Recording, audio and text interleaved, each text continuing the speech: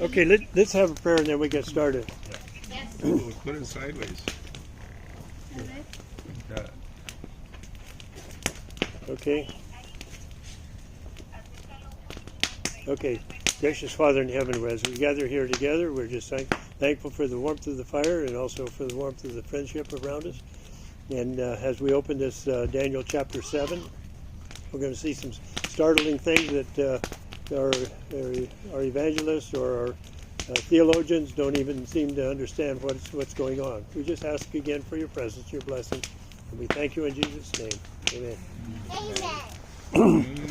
Okay, now this is about a 5-minute video, and I'm going to go ahead and get it started.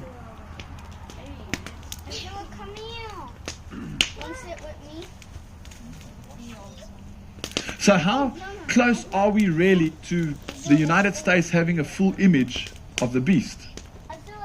Well,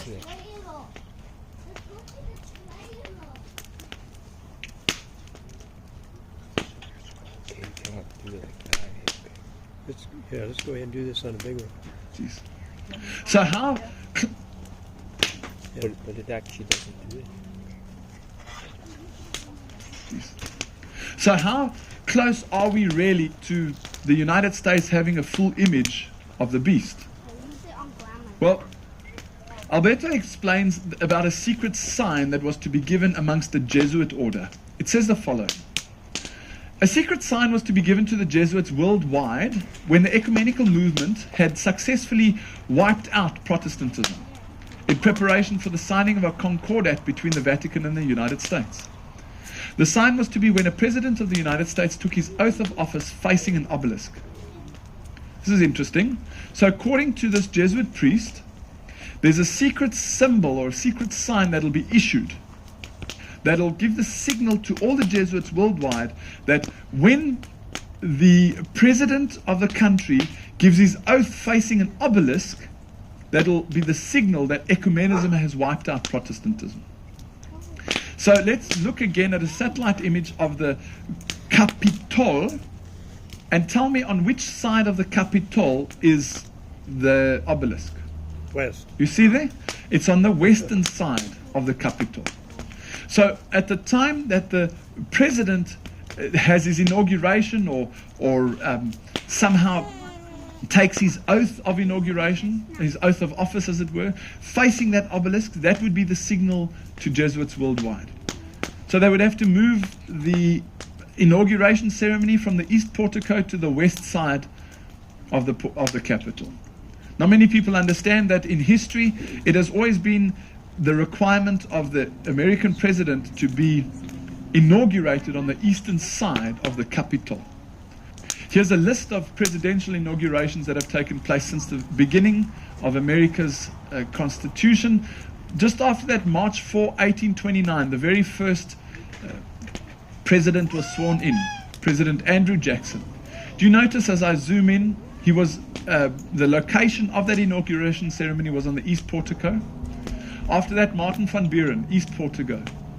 William H. Harrison, east portico. James K. Polk, east portico. And it goes on, Zachary Taylor, Franklin Pierce, James Buchanan, Abraham Lincoln, east portico, east portico, east portico, east portico, east portico. And you can go through the list all the way from 1829 to 1845 to 1877, 1917, 1921. All of them are east portico, east portico, east portico. What do you notice about 1961 onwards? John F. Kennedy, east portico. 1965, Lyndon Johnson, east portico. 1969, east portico. Richard Nixon, east portico. 1977, James Carter, east portico. And then what do you see there? January 20, 1981, Ronald Reagan, west front of the United States Capitol. 1989, George W. Bush, west front. 1993, William Clinton, west front. 1997, William Clinton, west front. 2001, George Bush, west front. 2005, George Bush, west front. So in history, we've had east portico, east portico, east portico, east portico, east portico throughout history, and all of a sudden in 1981, boom, west front, at least west front, west front, west front. Isn't that amazing? The Jesuits understood that the ceremony of inauguration had to be moved to the West Front when Protestantism had been wiped out through the ecumenical movement. And from that day onwards, the president, when he now raises his hand and he swears allegiance pointing towards the Sun Temple or the obelisk, he's actually facing Rome. He's now swearing allegiance to protect America, and he's actually saying it facing Rome. Newsweek, January 26, 1981, page 34, says, for the first time in history, the swearing-in ceremonies were moved to the west front of the Capitol, and President Reagan faced the Washington Monument. This happened January 20, 1981. There's the image. There you can see President Reagan as he faces the obelisk towards the west. It says in US government info.about.com, since the first inauguration of President Reagan in 1981, the swearing ceremonies have been held on the west front of the United States Capitol building. The only exception was in 1985, swearing in of President Reagan's second term, when cold weather forced the ceremony into the Capitol Rotunda. How close are we to the fulfillment of these prophecies? We are that close. From 1981 onwards, the inauguration ceremonies have taken place facing the obelisk. And not only that, Ronald Reagan, here you see an image of him as he faces the sun, the sun temple, or the dwelling place of the sun god, this obelisk. He's facing Capitoline Hill. Capitol pointing to Capitoline. Here's an image of Pope Benedict overlooking St. Peter's Square on Sunday, the April 16th, 2006. He's looking at the sun obelisk, and where's he actually looking? He's looking at Rome. You see, if they were to have turned Capitol Hill around, they would never be able to make an image to the beast, because they would be riding like in a bus. So they would have to point each other around the globe to have the same meaning, either this way or that way. And for the first time in history, from then onwards at least, Reagan, Bush, Clinton, they're all swearing towards Rome and showing openly their affiliation towards sun worship. Here's an image of Ronald and Nancy Reagan, Tuesday, January 20, 1981. Yay, we the victors. Very sad to realize what they were actually busy with. Okay, that's the end of that one.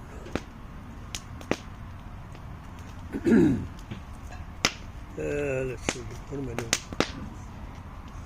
So why were they always Fulfill the going to prophecies. east at the very beginning? What was that, what? Why were they always at the east? Well, that's the way it started out, and it's not the way it ended.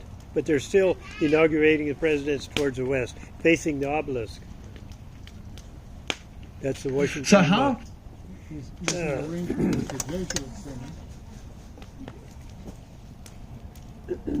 Arrangement with the Jesuits, you think? Yeah, well, that's how it started off.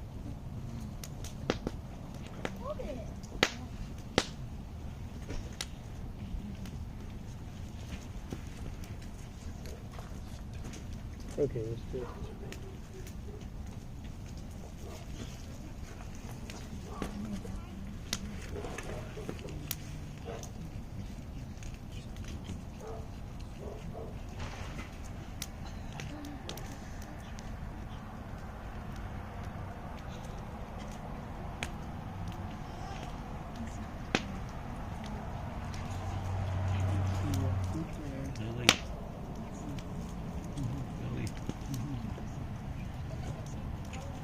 Yeah, I'm eating vegan chocolate. Crystal's home right here. I'm jealous. Don't even. No, ¿Te traemos uno? Yes. for Do you visiting really want? Crystal. Okay. Thank you. Thank you. I wonder what it has, like, you remember how women weekend for Tammuz, and then later on the men, instead of facing the sanctuary, they have Hey, their Lily faces went, okay. turned toward the sun. In Ezekiel, you know, the abomination. I wonder if anything has to do with that, and even with the presidents, how many there are. Well, I personally think that has a lot to do with it. But when they went in the temple in Ezekiel 46, or somewhere in there, I forgot. Anyway, when they went in the temple with the door facing the east, when they went in, they had their backs to the sun. That was the idea. So anyway, let me explain. It may be a little easier to understand this. There's a lot of detail in here, and I had to put the detail in order to be able to make a picture here. But we're seeing a prophecy of the past, and which is going to reflect on a prophecy to the future. Now there's a quote in there. I'll get to it, but there's characters in the Old Testament that reflect to certain characters in the New Testament. For instance, Alexander the Great.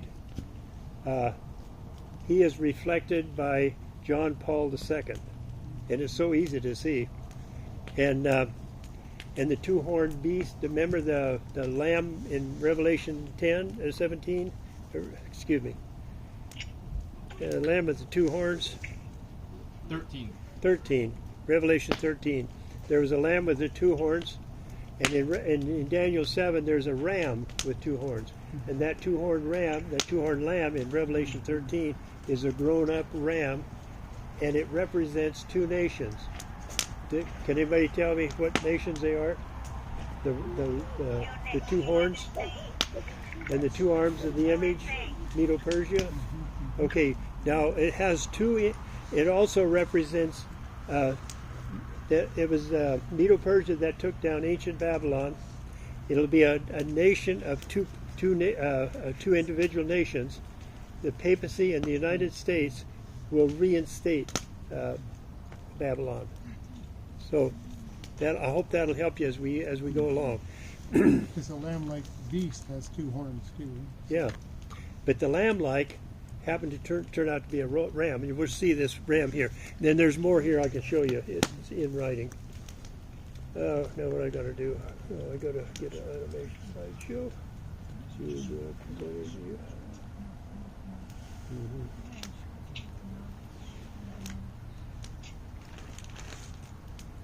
It doesn't detect a monitor.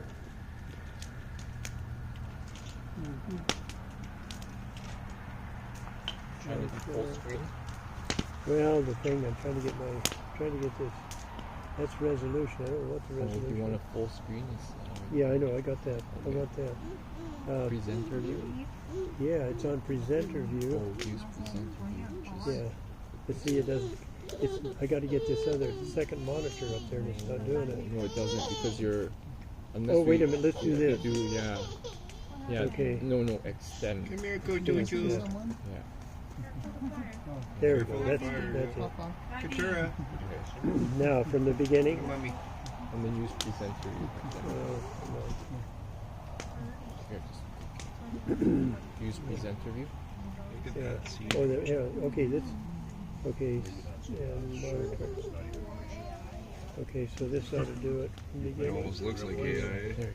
Yeah, that's it. Okay, now we're ready. Let's see here. Okay, this is my second presentation out of a 6-part series. Daniel chapter 7. In Daniel chapter 7 reflects the numbers 3 and 4. There are 3 ribs in the bear's mouth. The judgment is mentioned 3 times. There are 3 fourth beasts. 3 horns are plucked up by the roots, and 3 kings are subdued. And then the 4 is the 4 winds of heaven strove upon the great sea. These great beasts, which are 4 kings. 1 beast has 4 heads and 4 wings. There are 4 beasts that rise out of the sea, and there are 4 kings that rise out of the earth. When I seen that, I knew something it was different. So anyway, so I used only the King James Bible. It says the study of the Revelation directs the mind to the prophecies of Daniel, and both present most important instruction given to God to men concerning events to take place at the close of this world's history. Well, as we near the close of this world's history, the prophecies recorded by Daniel demand our special attention as they relate to the very times in which we are living. With them should be linked the teaching of the last book of the New Testament Scripture. That's the book of Revelation. So, Daniel 7, the first year of Belshazzar, approximately 541 BC. Then dropping down to verse 3, it says, these 4 great beasts came up from the sea, diverse one from another. Okay. Now here's a history lesson. Who did the lion represent? Babylon. Okay. What years did Babylon rule? The early years. 605 to 538. Okay. Now this is in verse 5. And behold, another beast like unto a second like unto a bear had 3 ribs in his mouth, and it said, "Arise and devour much flesh." Who is this one? The Medes and the Persians. Yeah. Medo-Persia. When did Medo-Persia rule? 539. Yeah. Well, notice I got 2 of them there. Both of them are correct, and I'll show you that. I'll show you that. It's in a later presentation. Okay. So we'll go on. So the 3 ribs in the bear's mouth. Many commentators have considered them a symbol of the 3 principal powers, and they were conquered by Medo-Persia Empire. There's Lydia, Babylon, Egypt. It's a 4 BC, 421. Okay, so in Daniel and the Revelation by Uriah Smith on page 108, this Medo-Persian kingdom continued from the overthrow of Babylon by Cyrus to the Battle of Arbela in 331 AD, a period of 207 years. So what's you had 207 years. What year did he come to? 538. 538. Okay. So that's why we got 2 of them, because it actually, and later on, it actually reflects both of those. So who's the third one? Greece. Okay, it was Greece. When did Greece rule? Just remember, when one falls, that's the beginning of another one. 538 on. Yeah, till when? 331. Till when We're at Rome BC started right rule. now, When did Rome so- start to rule? 168. 168. Yeah. Oh yeah, right. Because we're going. Yeah. Before. Okay. So anyway, and this 4th beast, it had a great iron teeth, and it it had 10 horns. Who is this? Rome. It's which one? Oh, the Pagan. pagan Rome. Pagan Rome. Okay. Whoops. What happened? Okay. This is the Roman Empire at that time. The 10 horns are the 10 nations of Western Europe after the fall of pagan Rome in AD 476. Now we're going to go back to verse 7. So we know who this beast is. It's pagan Rome, and it ruled from 168 to 476. Okay, so this metallic image of Daniel 2 and the 4 beasts in Daniel chapter 7 represents only 4 of the 8 world ruling powers throughout history. Okay, the head of gold.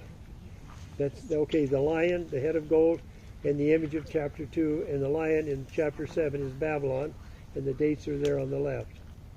Okay, Medo-Persia, the 2 arms of the image in chapter 2, and the bear raised up on one side in chapter 7 represents the 2 nations of the Medes and the Persians, but also in our days it also represents the United States and the papacy. So okay, Greece, the thighs of brass, the image in Daniel chapter 2, and the leopard and the 4 heads and 4 wings in chapter 7 represent Greece. And the image in Daniel 2 with the 2 legs of iron with 10 toes, the 10-horned beast of Daniel 7 represents pagan and papal Rome, and also the 2 papacies past and future. The 2 beasts that ruled before Babylon are Egypt, Lydia, and you'll see these in Ezekiel chapter 30, verse 4. And the 2 beast powers that ruled after pagan Rome are the rules of the 2 papacies past and future. Okay, so these 4 beasts we've just seen in verse 4 through 7, we're going to look at these 4 beasts in the order that they come in the scene. So here we see a lion, a bear, and a leopard, and a 10-horned beast. Now we're going to go to Revelation chapter 13, verse 1 and 2. Now we're going to see these same beasts that we just seen in reverse order. So we see a 10-horned beast, you see it right there, and a leopard, and a bear, and a lion. See how that works? So this chiasm shows that the first part of Daniel 7 and the first part of Revelation 13 have a lot in common, and we'll be comparing Daniel 7 with Revelation 13 as we go. Okay, so now we're going to go on to the fourth beast is mentioned 3 times here in verses 7, 19, and 23. Now we're going to look at verse 7 again. So this verse 7, and I'm going to reduce it down to a fourth beast. It had 10 horns and the dates with it. So that it was a fourth beast, and it had 10 horns from BC 168 to AD 476. So in verse 8 starts at the fall of pagan Rome in the year AD 476. This is the beginning of the first rule of the 10 horns. Daniel sees the fall of pagan Rome. Now he considers the 10 horns. That means we are now looking at the rule of the 10 horns.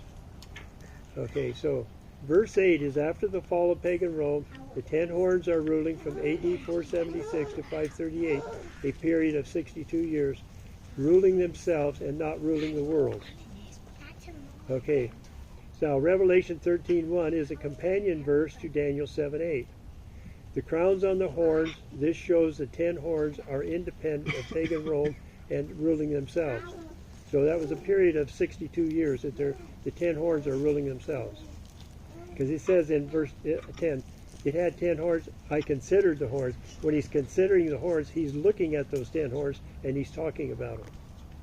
Okay, so Daniel does not mention the crowns or the 7 heads. So the 10 horns are ruling themselves from AD 476 to 538. So I'm going to move this up, and now the rest of both verses. Now this is after what I just added is from 538 to 1798. And the top one, verse 8. And behold, in this horn were the eyes like the eyes of a man, and a mouth speaking great things. And down below, and it upon its head had the names of blasphemy. So those are 2 characteristics of the papacy.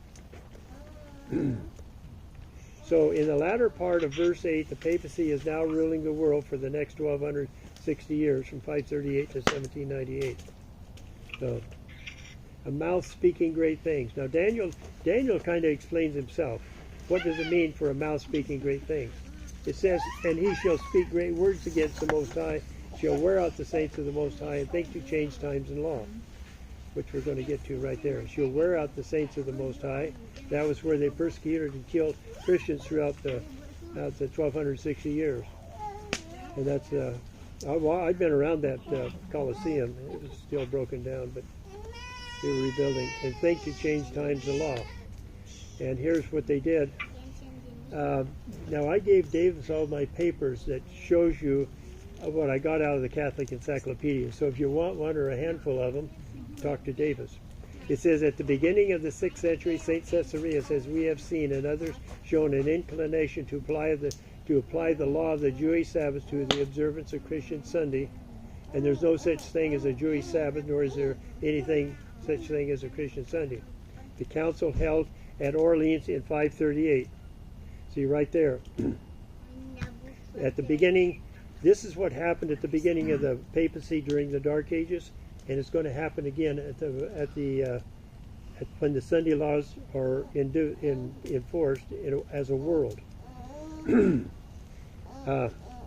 then it's going to continue on for 3 years, 3.5 years, just 3.5 days, or 3.5 years, not 1260 years.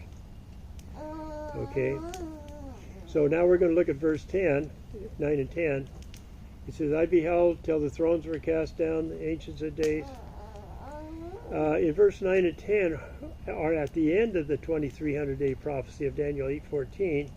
And verse 9 and 10 is the beginning of the judgment of the dead mentioned in Daniel 8:14 in 1844. Now we're going to go back to verse 8. Now we need to find a companion verse for... Now this is where you really got to pay attention. Now we're going to find a companion verse for verse 8. So does that look like a... Now we're going to...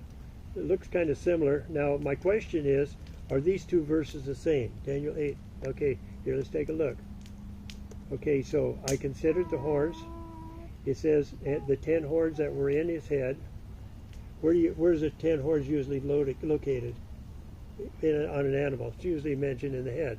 See, it says right there, 10 horns that were in his head. Okay, so, and I beheld there came up among them another little horn, and of the other which came up, before whom there were 3 of the first horns plucked up by the roots. That was in 538. And before whom 3 fell. And I beheld in this horn were the eyes like the eyes of a man, even of that horn that had eyes, and a mouth speaking great things. And then down verse 20, mouth speaking great things. So, are these 2 verses the same? Yeah. I heard one comment. I would say so. Yeah. Okay. Yeah. You're right. Maybe. Okay. Yeah. These verses are the same. They go down to 1798. And what you're seeing here has taken me years to put together. Oh, I figured out it, and I've done it all where most of you are sleeping. Yeah, I always get up in the middle of the night and work on it. Keep this in mind that verse 8 and 20 are the same, and this will come up several times. Verse 8, 20. Okay, now we're back to verse 7. What happened? I hit the wrong button. Okay, this is okay. Now verse 7. It's a 4th beast, pagan Rome, BC 168 to 476, and verse 7 is. Had a great mouth speaking all things. That was from 476 to 538. Okay, so now those 2 verse 8 and 20 are the same. Okay, now here's a okay, see before who 3 of the first horns were plucked up by the roots, and before whom 3 fell, and it's the same period, same time period. Okay. Now, in the verse 19, the 4th beast is mentioned the second time. The question is, are these 2 4th beasts the same? Okay. Don't say nothing. Okay. Now we're going to compare them like we did the other one. Okay. It was dreadful, terrible, strong exceedingly. It was exceedingly dreadful. It devoured and brake in pieces and stamped the residue with his feet, which devoured and brake in pieces and stamped the residue with his feet. It was diverse from all the beasts that were before it, which was diverse from all others. It had great iron teeth, and dropping down to verse 19, whose teeth were of iron and nails of brass. Now, are these 4th beasts the same? Yes. Seems to be a parallel. They're not. No. Yeah. No, That's why you really got to pay attention. But you're, they're not. Here's the difference. So it's this one in Daniel in verse 7. It had iron teeth, and down in verse 19, whose teeth were of iron, his nails of brass. So that's the difference. And now we're going to flesh this out here in just a minute. I think I just killed a bug on my computer. Okay. So now I'm going to reduce verse 19 down to the underlined portion only. That's down on the bottom. Bring it up and bring it up on top.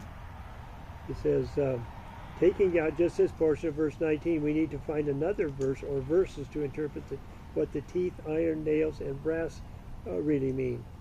Okay? So here we've seen this in chiasm, the connection between Daniel 7 and Revelation 13, 1 and 2. Okay, in Revelation 2 is a composite beast of the papacy in that chapter. Now we're going to take 2 parts from the composite beast, the feet of the bear and the mouth of the lion in Daniel chapter 2. So right here, so you see the feet of the bear and the teeth of the lion. And who does that represent? Babylon and Medes and the Persians. Right, you got it. Okay, so so remember the teeth represents Babylon, nails represent Medo-Persia. Okay, now reading verse 39 and 40, the iron teeth is represented by the iron kingdom of pagan Rome in Daniel 2:40. You see that down on the bottom. Okay, and the brass represents the kingdom of Greece. Okay, so here we see now the teeth of iron, nails of brass represents the kingdom of Greece. Okay, now there's the composite beast of Daniel 7:19 is made up of 2 parts of the metallic image in Daniel 2 and 2 parts of the leopard-like beast in Revelation 13. Now we have the 4 world empires of Daniel 7:19 representing Babylon, Medo-Persia, Rome, Medo-Persia, Greece, and in that order. Okay, so now a second witness to the metallic image and the 4 great beasts. So over here in 1 Samuel chapter 17, there's a battle between David and Goliath, and prior to this, David slew a bear and a lion. Okay, so he slew a lion. Okay, so the lion is Babylon, and the bear is Medo-Persia.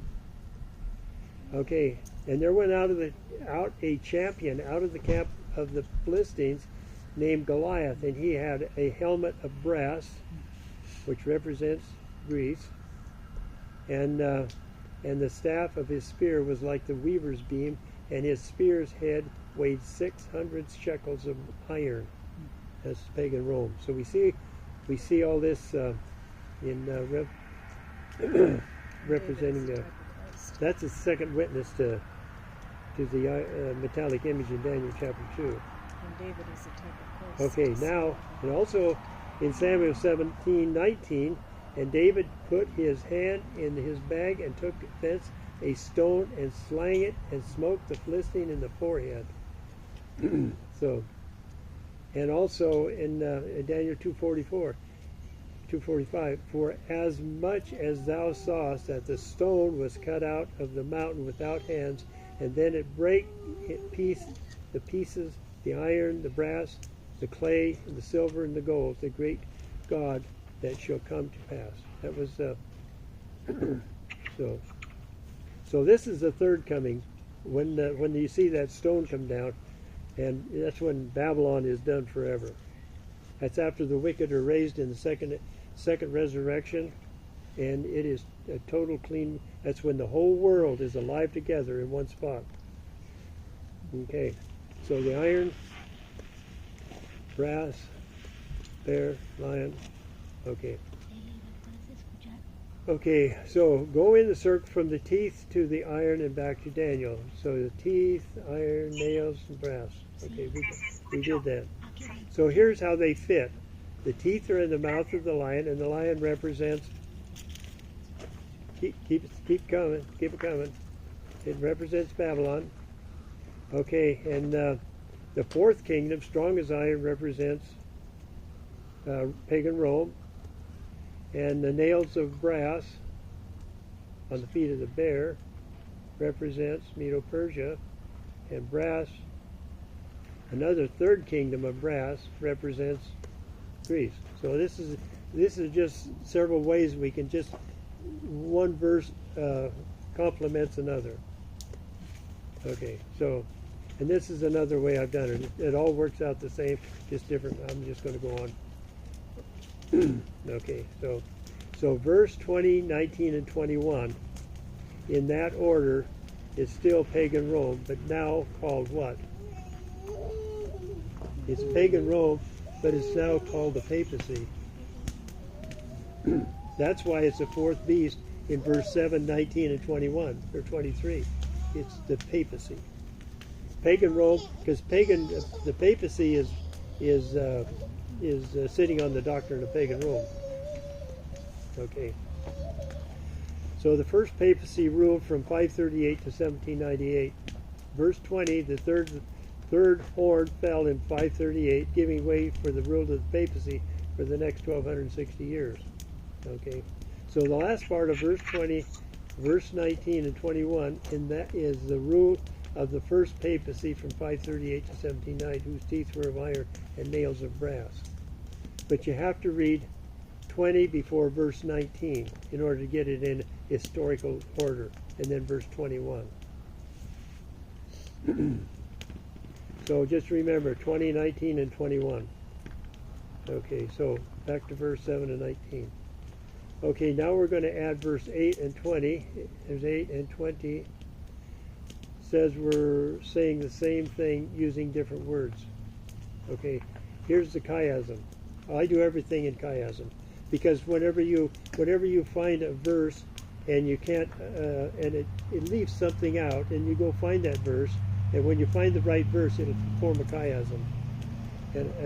Whoops. Okay, so there's a chiasm.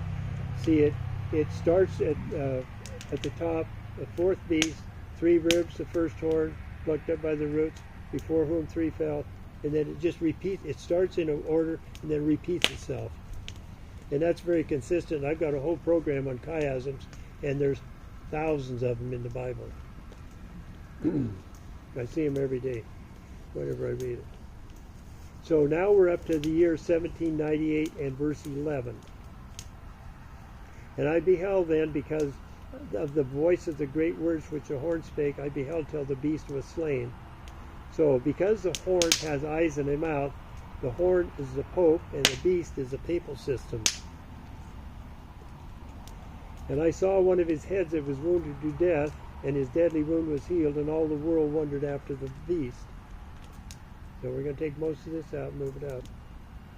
So this is when General Berthier went into Rome, and he captured the Pope and took him to Valencia, France, where he died some months later, where it says right here, February 10th, 1798. And by the way, this February 10th, you're not going to be seeing, well, we're going to be gone, but Daniel chapter 8 brings up February 9th, 10th, many times, about 7 or 8 times in its prophecies, its historical anniversaries for the papacy. Okay. I beheld then, because the voice of the great words which the horn spake, I beheld till the beast was slain, and his body destroyed and given to the burning flame. So when is his body given to the burning flame? It's destroyed. Huh? After it's destroyed. After it's destroyed. Yeah, but when is that? Huh? Okay, right here, it's in Revelation. So verse 1711 is a very long verse, because there's 1,000 years after Christ comes the first time. It says, but the rest of the dead live not again till the 1,000 years were finished, and that's the second resurrection. Okay. And the devil that deceived them was cast into the lake of fire and brimstone, where the beast and the false prophets are. Verse 12. And concerning the rest of the beast, the ones that these guys right here that make up the composite beast, they had their dominion taken away in 1798 when the beast was slain with a deadly wound that healed. Okay? Yet their lives were prolonged for a time, a season and a time, until 1929 when their dominion was given back to them. So what is the next event in Daniel's prophecy that takes place after the beast is slain in 1798? Any ideas? How about this? Daniel 9. I beheld till the thrones were cast down, the ancient days did sit, and the dropping down, the judgment was set, and the books were opened. And I saw in the night vision, and behold, one like the Son of Man came with the clouds of heaven, and in the Ancient of Days, and they brought him near before him. That was 1844. Okay, so now we're up to 1844. So the first 4 verses are in their numerical and historical order. These are the these verses start jumping around and getting out of sequence from there on. Okay, so verse 15 and 16, let's see, here they are, verse 15 and 16. And I, Daniel, was grieved in my spirit, in the midst of my body, and the vision of my head troubled me. And I came near unto one of them that stood by, and asked him the truth of all this. So he told me and made me know the interpretation of the thing. Now Daniel is going to interpret what he has just told us, like Revelation 17, when John says, I will tell you the mystery of the woman. When he has already told us about the first phase of the papal church, he then goes on and describes the second phase of the papacy that is yet to come. Daniel is doing the same thing here. Instead of repeating what he has just told us, he is now going to explain how this prophecy repeats itself in the future and not in the past. Now the interpretation. We're not going back to the first part of the chapter like many do, but forward into the future after 1844. Habakkuk 1:5 says, Behold ye among the heathens, and regard and wonder marvelously, for I will work a work in your days which you will not believe, though it be told you. Now verse 17 and 18. Now these great beasts which are four kings that shall rise out of the earth, but the saints of the Most High shall take the kingdom and possess the kingdom forever and ever. So these four beasts that rise out of the earth, you can see here in verse 18, is just prior to the second coming. Okay, four great beasts came up from the sea, diverse from one another. So the four kings, these great beasts come up from the sea, diverse from one another, and these great beasts come up from the sea, diverse one. What did I say here? What? Diverse one from another. These four kings that shall rise out of the earth. Oh, there's four kings shall rise out of the earth, and dropping down to verse 3, four great beasts came up from the sea. So we're seeing two different locations. One comes from the watery existence, and the other one comes out of earth. What does the earth represent in Bible prophecy? It's bare territory, that's right, uninhabited, which is probably, what country do you think it would be? It'll be North America. Yeah, that's right. Okay. So in 13:1, I stood upon the sand of the sea and saw a beast rise up out of the sea, having 7 heads and 10 horns, and upon his horns 10 crowns. That shows that the 10 horns are ruling themselves because they have crowns on their horns. And when the papacy is ruling, they have names of blasphemy.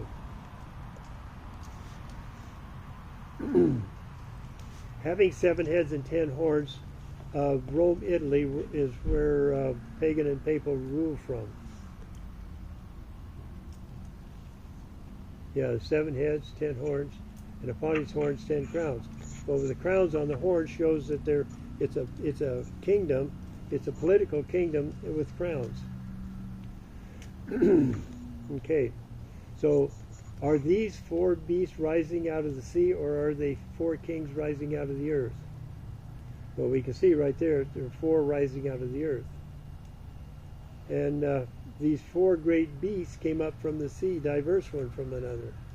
The 4 great beasts that came up from the sea, diverse from another, and in verse 17, the 4 beasts are now 4 kings, and the kings are not different from one another like they are in verse 3. There's no diversity in verse 7, the kings in verse 7. So these 4 kings in verse 17 are not diverse one from another, nor do they rise out of the sea. Okay? So here, the 4 great beasts that rise out of the sea in verse 1 and 2, or 2 and 3 rather, make up the composite beast of the leopard in Revelation 13:1. She begins to arise in 476, and after the fall of pagan Rome, but Daniel 7:7 says, these great beasts which are 4 kings which will rise out of the earth. The Great Sea. What is the Great Sea? It's the Great Sea Well, when you go to Numbers, the way I remember this is if you look at Numbers, it's 3, 4, 5, 6. Numbers 34, 55, and 6. So the Great Sea is now called the Mediterranean Sea. So these great beasts, which are four kings, which shall rise out of the earth. Well, what territory does the earth represent in Bible prophecy? U.S. Got it. There it is. And this is an artist's conception of what the United States is, but it should be that. It's not a buffalo. It should be a little horn, little thing like that. So the prophecy of Revelation 13 declares that the power represented by the beast with the lamb-like horn shall cause the earth and them which dwell therein to worship the papacy. They're symbolized by the beast like unto a leopard. This prophecy will be fulfilled when the United States shall enforce Sunday observance, which Rome claims as the special acknowledgement of her supremacy. So it represents the United States.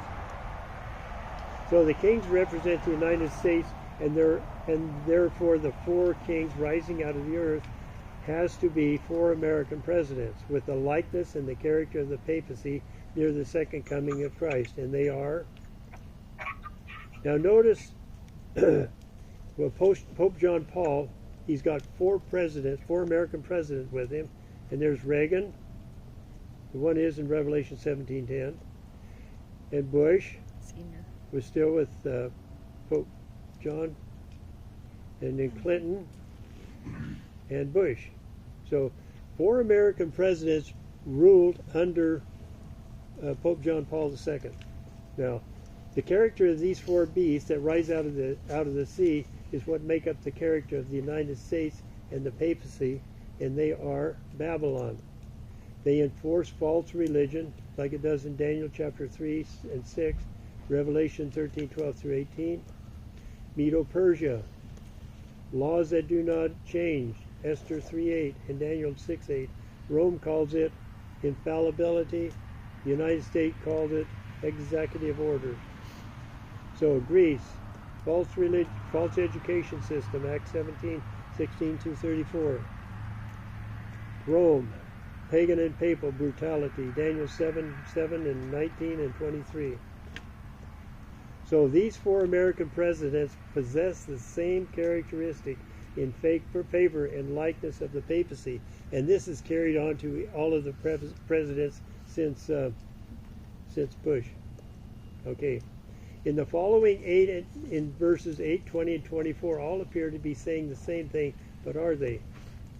There's verse 8 and 20, which we've already determined to be the same, and verse 24. We've already determined 8 and 20 are the same, so here's our comparison. I considered the horns, the 10 horns. The 10 horns out of this kingdom are 10 kings that shall arise. They came up along another little horn in the middle, verse 20, and the other which came up, and another shall rise after them, before whom there were three of the first horns plucked up by the roots, and before whom three fell, and another shall arise after them. That should give you the clue right there. Okay, the little horn came up before the three horns were plucked up by the roots, meaning there's no more, they are no more, and there is nothing more said about the three horns in Bible history, like the 5 kings that fell in Revelation 17. Nothing more said about them either. Okay, so behold, in this horn was the eyes like the eyes of a man, and the mouth speaking great things. Even of that horn that had eyes and a mouth speaking great things. Well, there's nothing in verse 24. Okay, a mouth speaking great things, whose look was more stout than his fellows, and he shall be diverse from the first.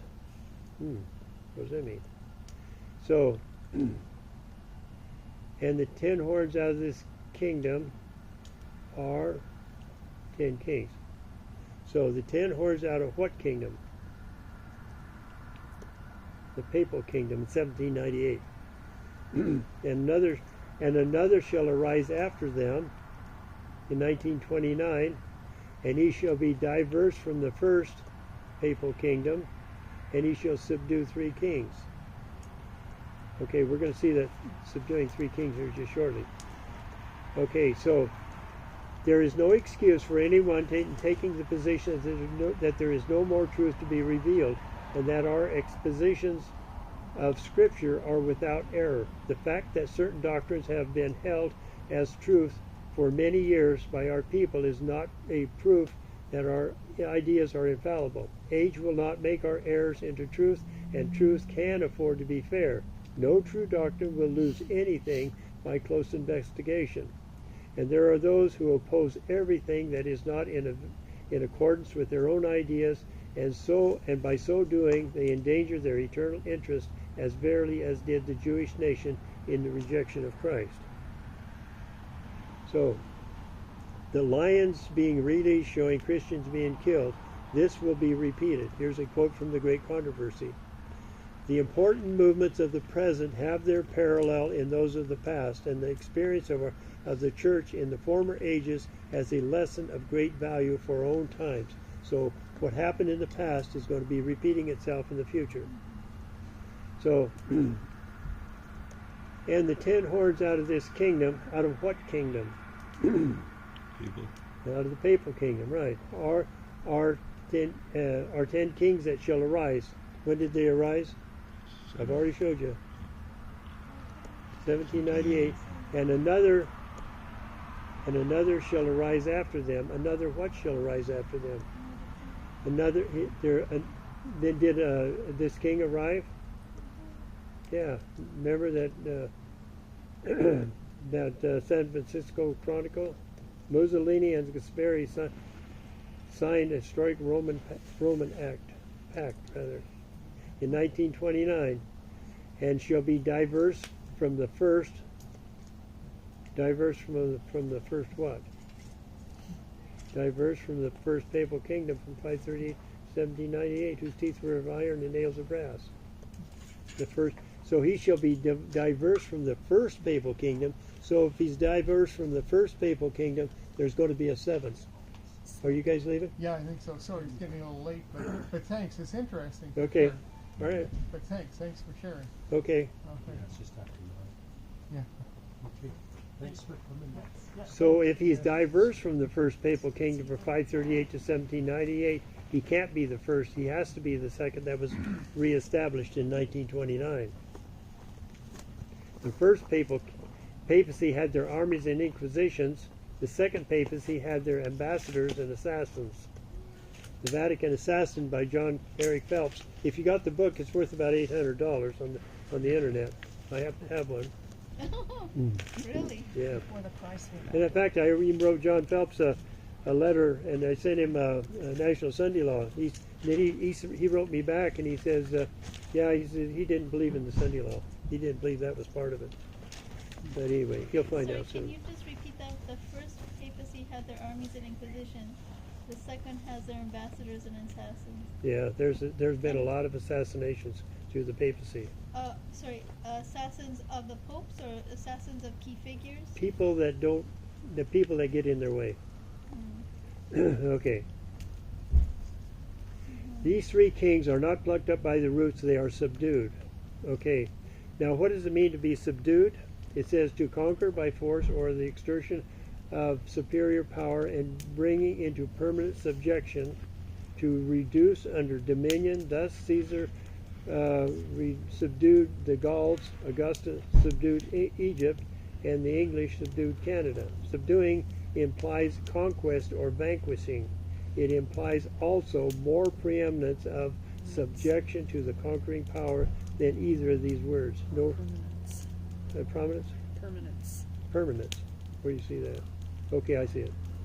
Okay, the subduing of these three kings that rise out of the earth has to be after the papacy was reestablished in 1929, near the second coming of Christ. These great beasts, which are four kings, which shall rise out of the earth, but the saints of the Most High shall take the kingdom and possess the kingdom forever and ever, even forever. So, remember, this prophecy now is getting right near the second coming of Christ, and it attracts worldwide attention. So the women are wearing the back widow's robes and veils. So we see there to the left George Jr., his wife Laura, and then George Bush Sr., Clinton, Condoleezza Rice, and George Stephanopoulos. They're off on the right. Bowing down. They're bowing down to this dead Pope, while the prelates in the back are standing watching on. They're fulfilling this prophecy right to a T. They're doing things, like it said in Revelation 17, they're doing things not really realizing, but they're setting themselves in the very position that they've set themselves to fulfill. So Ronald Reagan, the first of the four kings, had already died. Gerald Ford and Jimmy Carter are still alive at this time. They are not included because the prophecy says he shall subdue 3 kings and not 5. This took place in April 6, 2005. In every age there's a new development of truth, a message of God to the people of that generation.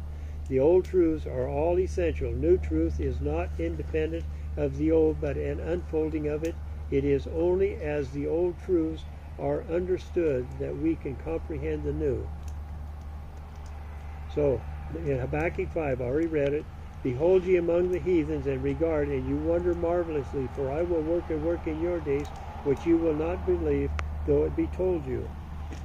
In Ezekiel 30, verse 3, it says, for the day is near, even the day of the Lord is near, a cloudy day, and it shall be the time of the heathens. So that's the time that we're approaching and already in. Okay, and 4 beasts came up from the sea, diverse one from another. So there was Babylon, Medo-Persia, Greece, and pagan Rome. So these great beasts, which are four kings, which shall rise out of the earth: Reagan, Bush Sr., Clinton, and Bush Jr. So history repeats itself. Okay, so so it was in 538 that the last of the 3 rebellious horns were plucked up by the roots, giving rise to the papacy. Okay, so the three that were plucked up by the roots was the Vandals, the Ostrogoths, the Herodians or the Visigoths, and in Daniel 24, and he shall subdue 3 kings, 2005. Bush Sr., Clinton, and Bush Jr. So history is repeating itself. As we see what's taking place in the past, it's repeating itself in the future. So here we see these guys again, these former American presidents bowing the knees to this dead Pope as the world looks on, is showing Rome has just subdued the United States on April 6, 2005. Now verse 23. Is verse 23 the same as verse 7 and 19? There's verse 7 and verse 19. Okay, so we're going to see, they're all 4th beast. They're a 4th beast, the 4th beast, and the 4th beast. Okay, there they are. So, now are they the same as verse 23? Is dreadful, terrible, strong, exceedingly dreadful. It doesn't say anything about the verse 23. So, and it had great iron teeth, whose teeth were of iron and nails of brass, and not the same as verse 23. So it devoured and brake in pieces and stamped the residue with the feet of it, dropping down, which devoured, brake in pieces, and stamped the residue with his feet, and shall 23, and she shall devour the whole earth, and shall tread it down and break it in pieces. So it was diverse from all the beasts that were before it, which was diverse from all others, and it shall be diverse from all kingdoms. Here's the clue. Are these 3 4th beasts the same? Did I hear something? We kind of lose our audience. No. I think they're all the same, no? No, they're not the same. Verse 23. Okay, so the 2 in verse 7 and 19 only stamped the residue or the remnant with his feet, but the 4th beast in verse 23 devours the whole world. That's the second papacy coming. It was and shall be. Yeah, it was, and it shall be. 2 is past tense, and 1 is future tense, shall be.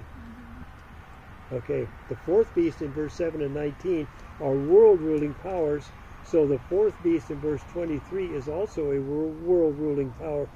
At the Sunday law, I explain this in my Daniel 12 presentation. So verse 24 is from 1798 to 2005.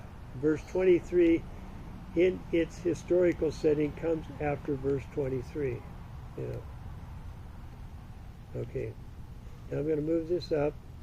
When the fourth beast in verse 23 becomes the eighth world ruling described in Revelation 17:11, which we've seen last night, this is what takes place.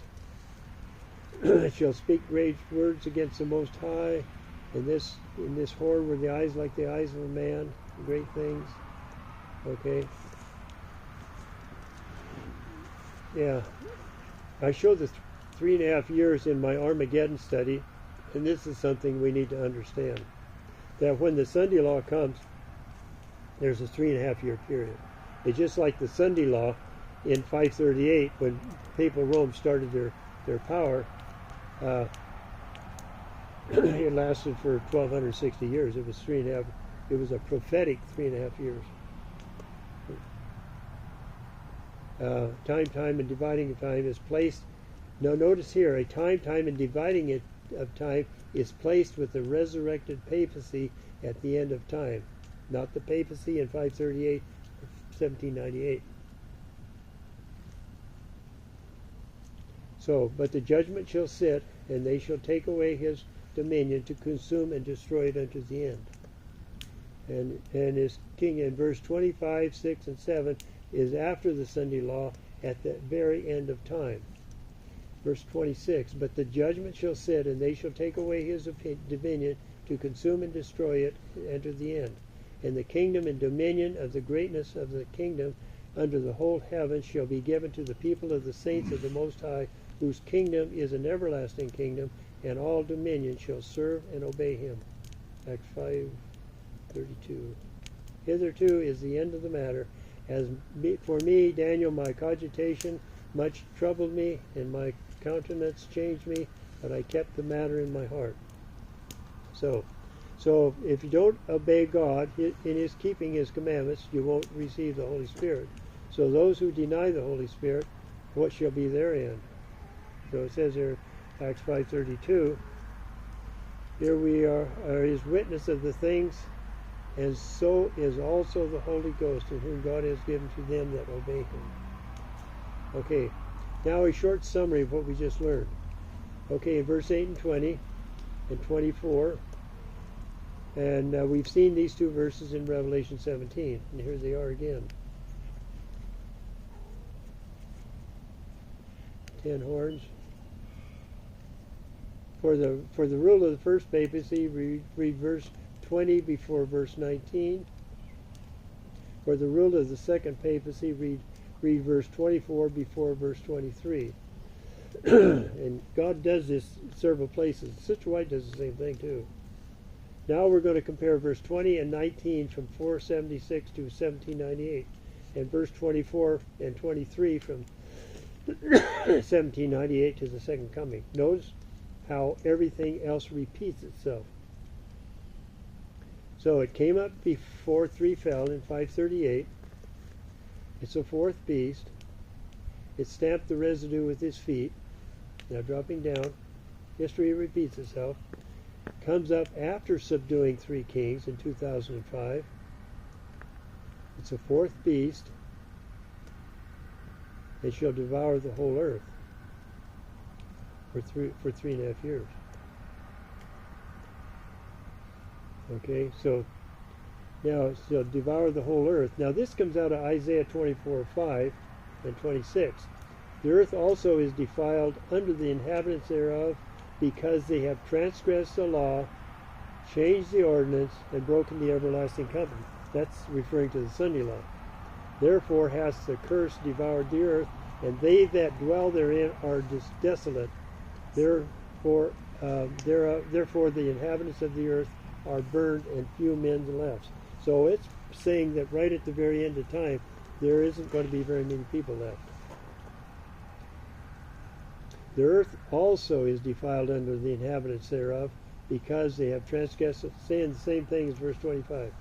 Sister White is quoting that in Great Controversy 589. Now this quote from the Great Controversy is confirming Isaiah 24, 5 and 6 as to how the earth is devoured, and also seen in Job chapter 1, claiming climate control change. While appearing to the children of men as a great physician who can heal all of their maladies, he will bring disease and disaster until populous cities are reduced to ruin and desolation. Even now he is at work in accidents, calamities by sea and land, in great conflagration, fierce tornadoes and terrific hailstorms, tempests, floods, cyclones, tidal waves, and earthquakes in every place in 1,000 forms. Satan is exercising his power. He sweeps away the ripening harvest, and famine and distress follows. He imparts to the air a deadly taint, and thousands perish by the pestilence. These visitations are to become more and more frequent. Destruction will be upon both man and beast. The earth mourneth and fadeth away. The haughty people do languish. The earth is also defiled under the inhabitants thereof, because they have transgressed the law, changed the ordinance, broken the everlasting covenant. The earth also is defiled under the inhabitants thereof, because they have transgressed the law, changed the ordinance, and broken the everlasting covenant. Saying the same thing in Isaiah 24. Okay, now we're standing on the threshold of the great and solemn events. Prophecies are fulfilling. The last great conflict will be short but terrible. That's the 3.5 years. It's going to be short but terrible. Old controversies will be revived. New controversies will arise. We have a great work to do. Our ministerial work must not cease. The last warning must be given to the world. There is a spatial power in the presentation of the truth at the present time. How long will it last? Only a little while. 3 SM 4:19. In the days of the Lord, just before the coming of Christ, God will send lightning from heaven in his wrath, which will unite with fire in the earth.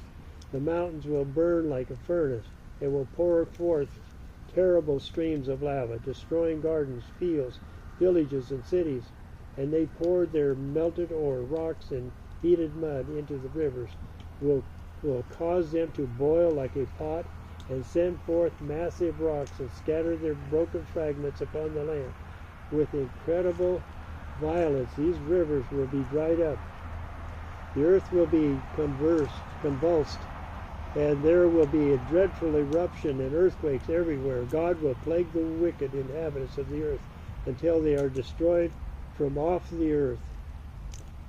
Destroyed from off of it. The saints are preserved in the earth in the midst of these dreadful commotions, as Noah was preserved in the ark.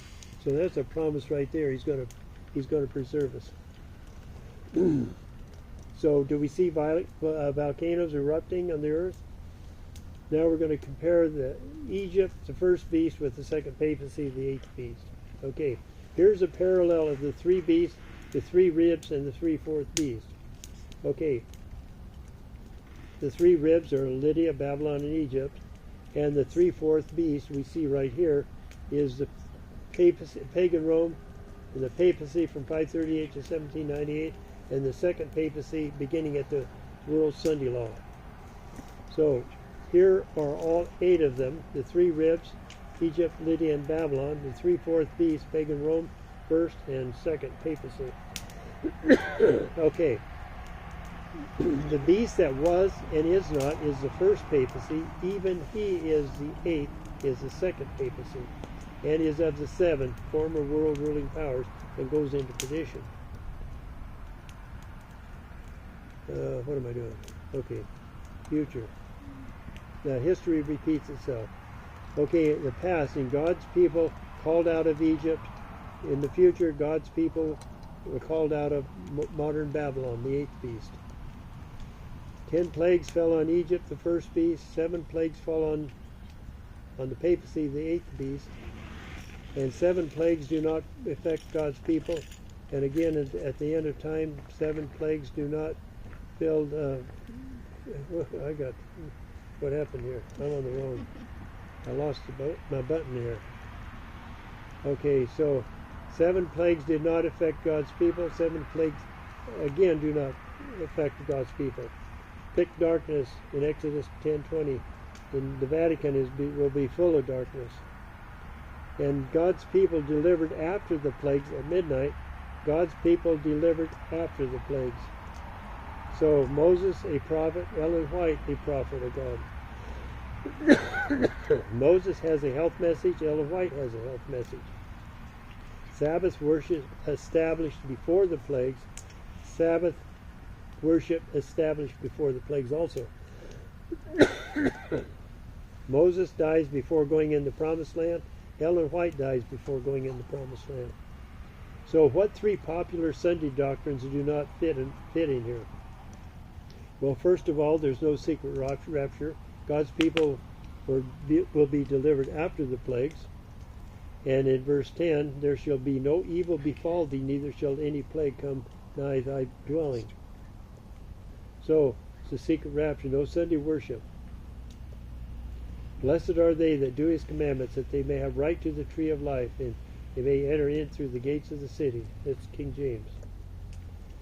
And health message. Disregarding the health message.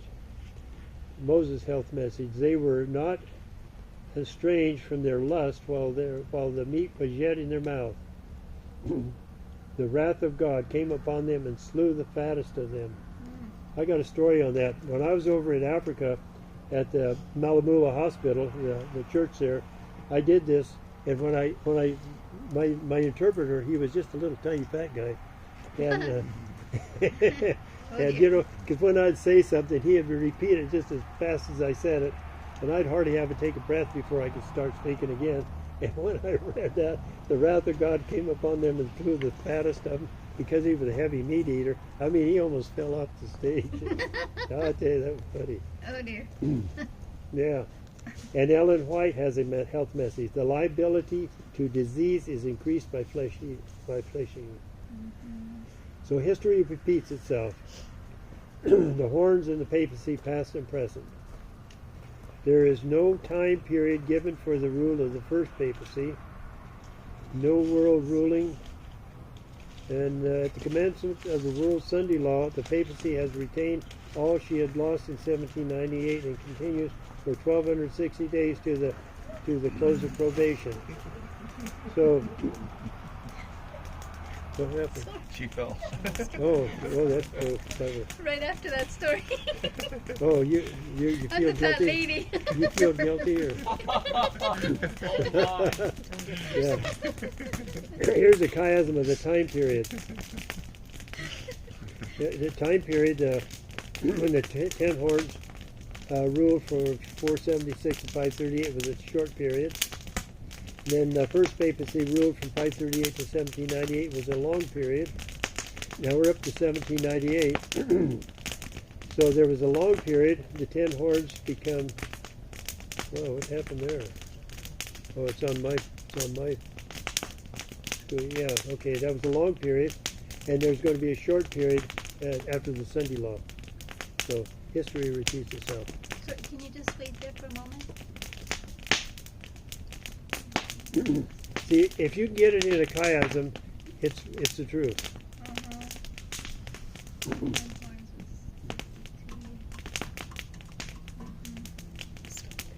Mm-hmm. Yeah, that's the end of it. See them 5 dots underneath? That's it. After the fall. Oh, it's probably. It goes right over here. The rule is established based on a short period of close 60 days. She's reading it. Are you done? Yeah. Oh, okay. So that's the end of my presentation. That's my email. And he shall subdue 3 kings. This took place less than 23 years You know ago. what PF stands for? Pipe fitter. Oh, What's you that? must have let him guess. Oh, I never guessed that. 1968. What's that? PF is pipe fitter, because that's what you used to do. Oh, yeah. Oh, yeah. 68. Oops. 68 is 1968 is when I got this email, And PF is my pipe fitter. So that was my You had an email in 1968? yeah, it's the same We one. did not. No. No. 60, there was no internet in 68. Well, Yeah. well, I had a computer in '68. No, what he means is that's when he became a I pipe did fitter too. in 68. Yeah, 1968 is when you became Computer? a... Oh, wait a minute. No, There's no computers in 68. no, that's when he became a pipe fitter. Oh, So wait a that's minute, that's his wrong. What is my number? No, it's okay. You had to create an email, so you Well, did there's it no the year that you space became a between pipe ours. fitter. Yeah, yeah. There was no computer in 1968. Oh no. Computers Oh, only I came got- out in Oh, I never even 90 noticed that. I've been 90s. doing this for I don't know how long. No, That's okay. you can make Okay, Should I stop you it? can make it be anytime. yeah. Okay.